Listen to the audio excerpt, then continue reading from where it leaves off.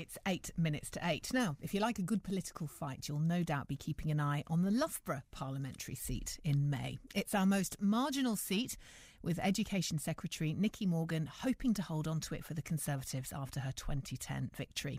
She has a majority of 3,744, but already knows she faces a number of challenges for the Loughborough constituency, including from Labour, UKIP and the Green Party.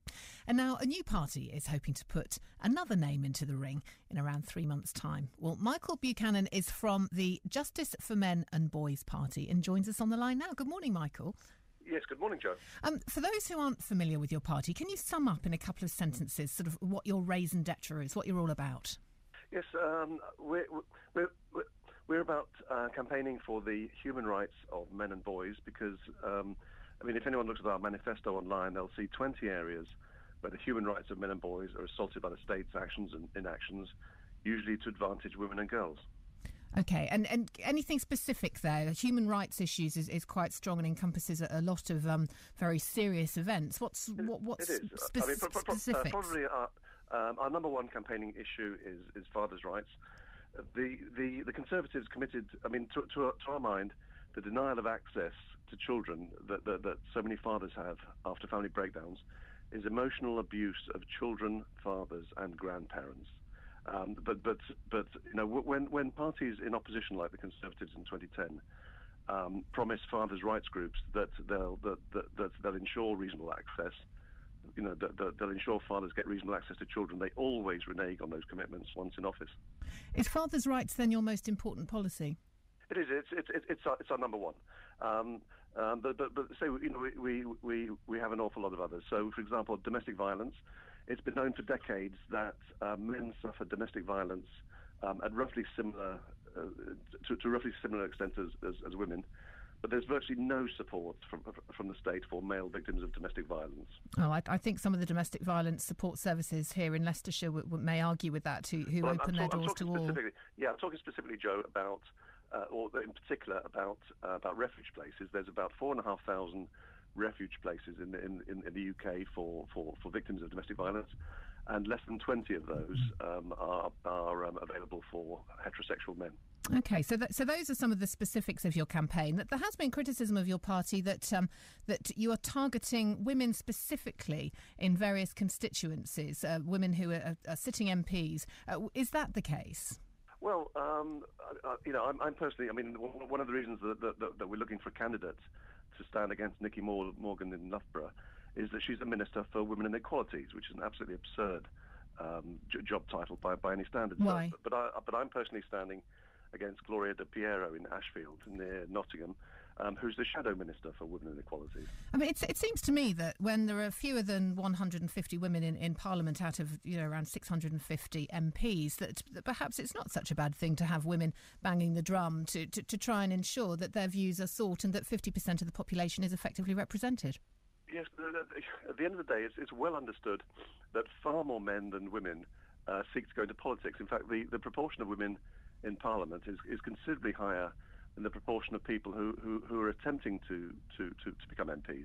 And I worked for the Conservatives from 2006 to 8, and Caroline Spellman, who was chairman at the time, recently admitted on a Radio 4 interview that that 1 in 10 applicants to become MPs were for the Conservatives were women. What does it matter that 50% of the population is women when only 1 in 10 candidates to become MPs are women? Well, because it's like with anyone who wants their voice heard and being represented. You feel that someone who is in your position and of your gender may have an insight into the issues that affect you. Would you not agree that's important? But then women should apply. All these things are presented as equality and diversity, but they're always about special treatment. So if 50% of these are going to be women, despite the fact that only 10% of applicants want to be, that's going to be a fivefold preference. It's just extraordinary. Well, then surely women need more encouragement and backup and encouragement from women like Nicky Morgan, the role models that we have here, to encourage more women to get into politics. It requires examples.